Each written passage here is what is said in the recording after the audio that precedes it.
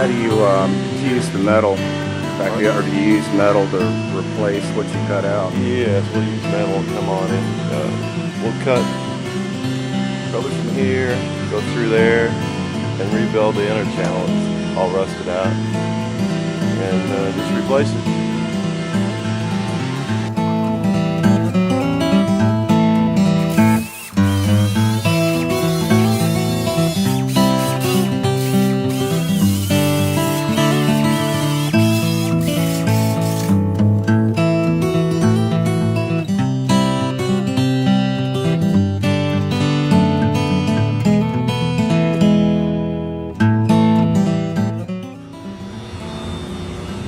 Well, as you can see, the last time we took a shot of this quarter, there was nothing but rust from the back end up to the wheelhouse. So cut out all that rust, and up front here there was nothing. It was just open. And so I took a piece of metal and cut it the width of this. It had to be flared a little bit, and wrapped it here and welded it to there.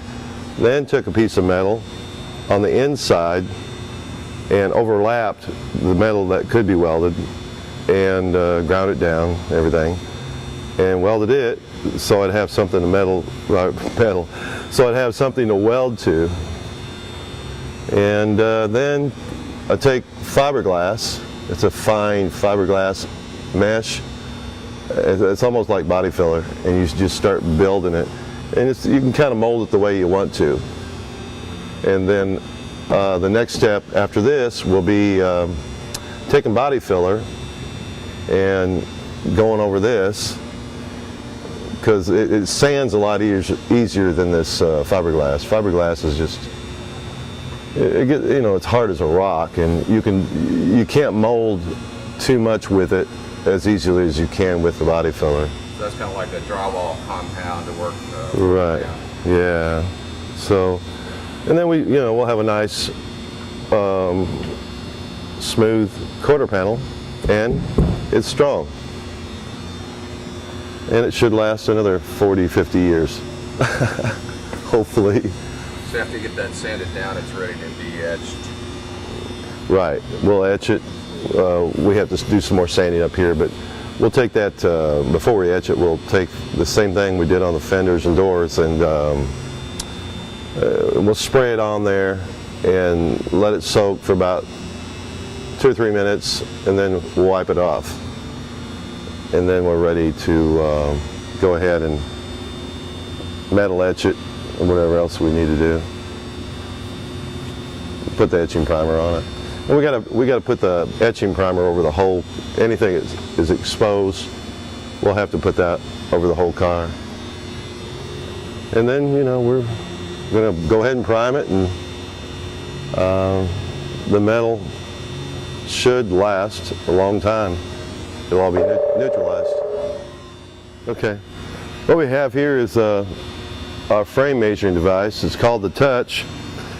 It almost looks like a robot, but it's computerized, and within this laptop it has all the vehicle's dimensions and specs, and when we get ready to use it, we just have to calibrate it, and then we'll go around to each place on the car on the front end, and we'll touch the damaged area to another point of reference, and it will let us know how far out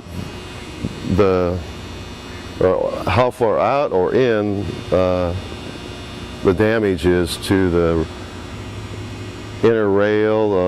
It'll measure control arms. Quite a unique little machine. I think the hardest thing about this machine is just learn how to use it. It's pretty kind of high tech for an old guy like me, but it works. A lot easier than the old days when we used tape measures and tram gauges and all that. And then it will give us a readout, a printout of the points that we're measuring, and let us know if we have pulled it far enough and the vehicle's back into specifications by the factory.